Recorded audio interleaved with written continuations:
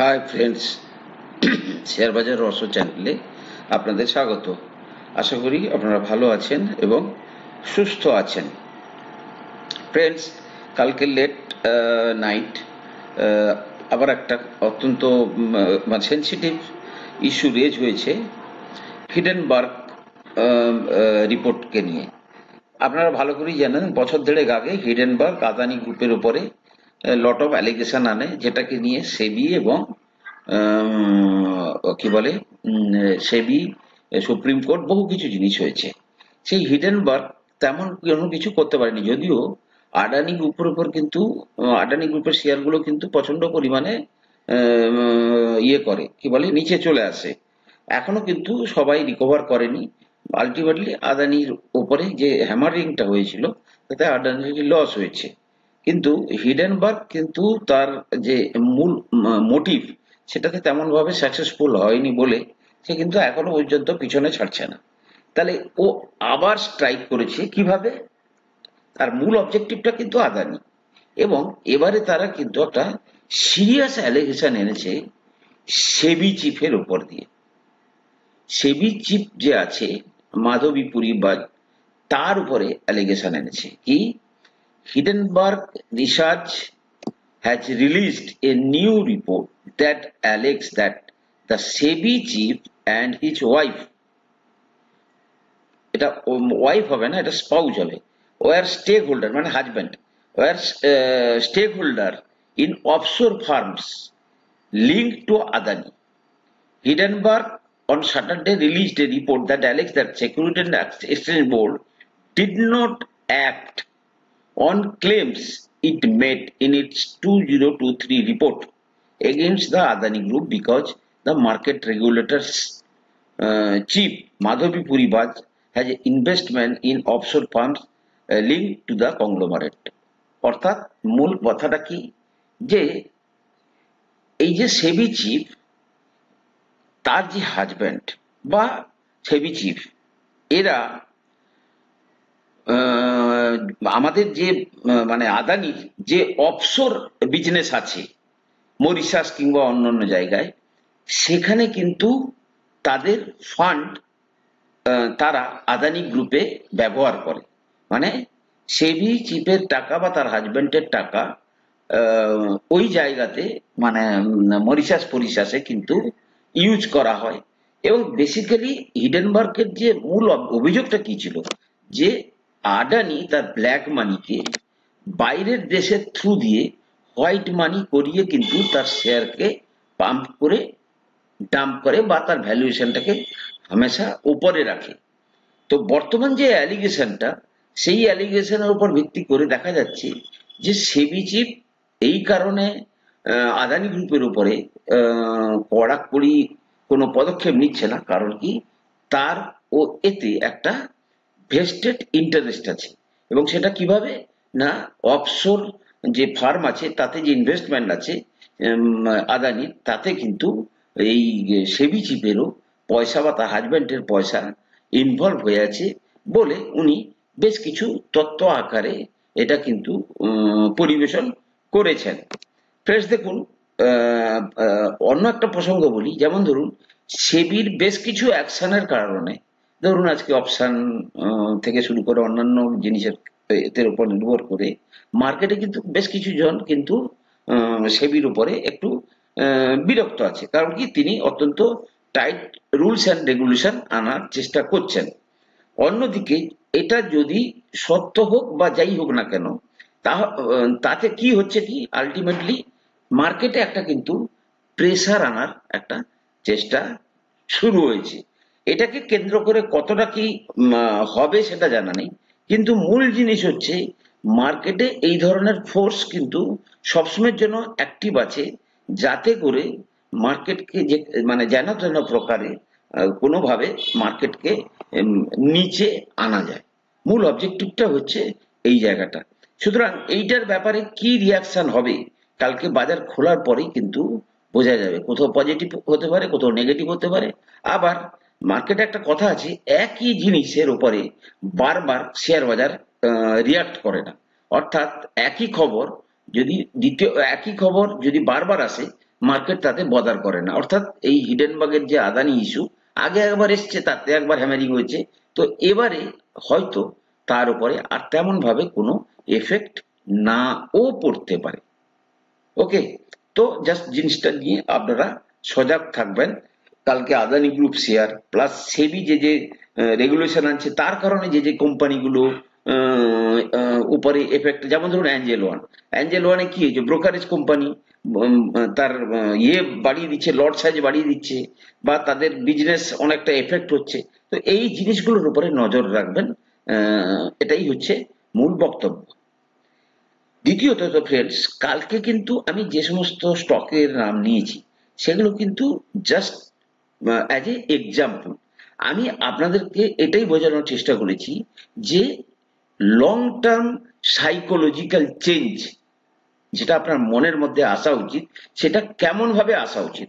অর্থাৎ আপনাদের যে থট প্রসেসটা, আপনাদের যে ইনভেস্টমেন্টের থট প্রসেসের যে টাইম হরাইজেন, সেটাকে কিন্তু একটু লেন্দি করতে হবে। 1.5 বছর 2 বছর, আপনি 1 বছর 1.5 বছর পর্যন্ত ইনভেস্ট করেও আপনি রিটার্ন নাও পেতে পারেন। আবার দেখা গেল 6 মাসের মধ্যে আপনি সেখানটাতে অনেক বেশি রিটার্ন পেলেন। আর ধরুন সুইং ট্রেডিং, মূল অবজেক্টিভটা কি আমাদের? ধরুন সুইং ট্রেডিং হোক, অপশন ট্রেডিং হোক, প্রত্যেকটা জায়গাতে লং টার্ম ইনভেস্টিং হোক, মূল অবজেক্টিভটা কি? আমরা যদি 20% ইয়ারলি সিএজিআর রোজগার করতে সমর্থ হই, এটাই হচ্ছে বেস্ট রিটার্ন হওয়া উচিত। সেটা আপনি লং টার্ম ইনভেস্টমেন্টের থ্রুতে আসতে পারে, আপনি যদি সেটাকে ভাবেন সুইং ট্রেডিং হিসাবে ভাবতে পারেন, বা অন্য কোনো মাধ্যম অফ ওয়ে অফ ট্রেডিং এর মাধ্যমে আপনারা কিন্তু এগুলোকে ভাবনা চিন্তা করতে পারেন। সুতরাং আমি টার্মটা ইউজ করছি সুইং ট্রেডিং, তাহলে সুইং ট্রেডিং এর যে মূল অবজেক্টিভটা আমার যেন রেট অফ রিটার্নটার ওপরে নজরটা রেখে যেন আমরা করি। যেমন ধরুন আমি আপনাদেরকে বেশ কয়েকটা আগের ভিডিওতে জাস্ট ডায়াল নিয়ে আপনাদেরকে বলেছি। কারণ কি, জাস্ট ডায়ালের মধ্যে দেখুন, জাস্ট ডায়ালের মধ্যে একটা ফান্ডামেন্টাল চেঞ্জ আসছে। জাস্ট ডায়াল আপনি যদি দেখেন, আমি যদি কোয়ার্টার অন কোয়ার্টার ভিত্তিতে দেখি, তাহলে দেখবো জাস্ট ডায়ালে ধরুন এটা জুন কোয়ার্টার, ওকে, জুন কোয়ার্টারে 281 কোটি টাকার সেলস এসেছিল, তার আগে 247 কোটি টাকার সেলস, গত জুনে 83 কোটি টাকার প্রফিট এসেছিল, এবারের জুনে 141 কোটি টাকার প্রফিট এসেছিল। মার্জিন অনেক বেড়েছে, বা মার্চ কোয়ার্টারেও কিন্তু একই ধরনের সিমটমস দেখা দিয়েছে। তাহলে ফান্ডামেন্টালের দিকে আমার মনে হচ্ছে যে কোম্পানিটার মধ্যে কিছু পরিবর্তন আসছে। এবারে দেখুন, আমি যদি চার্টে চলে যাই, চার্ট কি বলছে, বিজনেসটা কি করে সেটা নিশ্চয়ই আপনারা ভালো করেই জানেন, আপনার জানা উচিত যে কোম্পানিটা বিজনেস কি করে। এরা আপনি এতে স্ক্রিনারে গেলে আপনারা দেখতে পাবেন যে এখানে টোটাল যে বিজনেস ভিউটা তাদের কিন্তু দেওয়া থাকে। জাস্ট ডায়ালের আপনি যদি basically Just Dial is the market leader in local search engine segments in India. Company provides local search related services to users across India in a platform agnostic manner. The multi-platform offering includes app, Android, iOS, mobile apps, desktop. অর্থাৎ আপনি যখন ধরুন app স্টোরে যাচ্ছেন, app স্টোরে আপনি যখন কোনো কিছু জিনিসের টাইপ করছেন, টাইপ করার পরে পার্টিকুলার জিনিসগুলো আসছে, তো that is called search engine. ওইখানে যখন আপনি পার্টিকুলার জিনিসটা টাইপ করছেন, যেমন গুগলে গিয়ে কিছু সার্চ করেন, তেমনি মোবাইলে গিয়ে কিছু সার্চ করছেন, so that one kind of search engine হিসাবে ব্যবহার হয়। প্লাস এর বিজনেস ভার্টিক্যালের অন্যান্য বিজনেসগুলো দেখবেন, আলটিমেটলি আমার কাছে কোম্পানির প্রফিট লাভ এগুলোই হচ্ছে মেন ম্যাটার। এবার যদি আমি চার্ট দেখি, চার্টে যে দেখা যাচ্ছে যে শেয়ারটা, আমি যদি প্রথমে মান্থলি ক্যান্ডেলে দেখি, তাহলে মান্থলি ক্যান্ডেলে কি হচ্ছে, আমি একটা লং হরাইজনে যেতে পারছি। ধরুন মান্থলি ক্যান্ডেলে দেখুন শেয়ারটা কতদিন রিটার্ন দেয়নি। আমি যদি দেখি শেয়ারটা কিন্তু প্রায় 2014 পর থেকে সেই অর্থে কোনো রিটার্ন দেয়নি, বা 2014তে যে রিটার্নটা দিয়েছিল তারপরে সে কিন্তু তেমন ভাবে কোনো রিটার্ন দেয়নি। এবারে এবারে যদি তার বিজনেসটা চেঞ্জ হচ্ছে, এবং আপনি যদি চার্টের প্যাটার্নটা দেখেন, আপনি এটাকে একটা স্ট্রং রাউন্ডিং বটম প্যাটার্ন হিসাবে ভাবতে পারেন। অবশ্যই সুন্দর স্ট্রাকচার, মানে অত্যন্ত টাইম নিয়ে নিয়ে কিন্তু এই রাউন্ডিং বটম প্যাটার্নটা তৈরি হচ্ছে। ওকে, এবারে যদি দেখেন এর যে ওল্ড হাই ছিল, হাইটা কত ছিল? প্রায় 1860-70 কাছাকাছি। এখন শেয়ারটা কোথায় আছে? 1291 কাছে আছে এবং একদম উপরের লেভেলে আছে। তাহলে এখন চার্ট যেটা দেখা যাচ্ছে, আমি যদি এটাকে উইকলি চার্টে দেখি, উইকলি চার্টে আরো একটা সুন্দর অবজারভেশন দেখা দিয়েছে। সেটা হচ্ছে কি না, উইকলি চার্টে দেখা যাচ্ছে মানে এটা ব্রেক করার পরে, মানে এই লাইনটা ভাঙার পরে সে কিন্তু আবার রিট্রেসমেন্ট নিয়ে তাদের সাপোর্ট করে কিন্তু একটা বিউটিফুল প্রাইস অ্যাকশন তৈরি করেছে।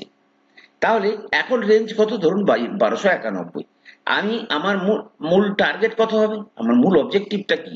আমার 20% সিএজিআর ইয়ারলি, আর যদি তার চেয়ে দীর্ঘ হয় তাহলে অ্যাকর্ডিংলি সেভাবে করতে হবে।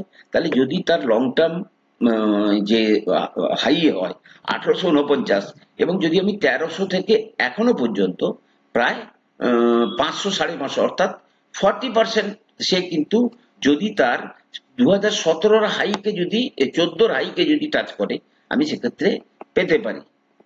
ওকে, এবং সেটা যদি আজকে 2 বছরেও আসে, আমার কথা হচ্ছে যে আপনারা নিশ্চয়ই এতদিনে বুঝেছেন, শেয়ার যখন উপরে চলতে থাকে আপনি দেখবেন 2 মাসের মধ্যে সে 40-50% রিটার্ন দিচ্ছে।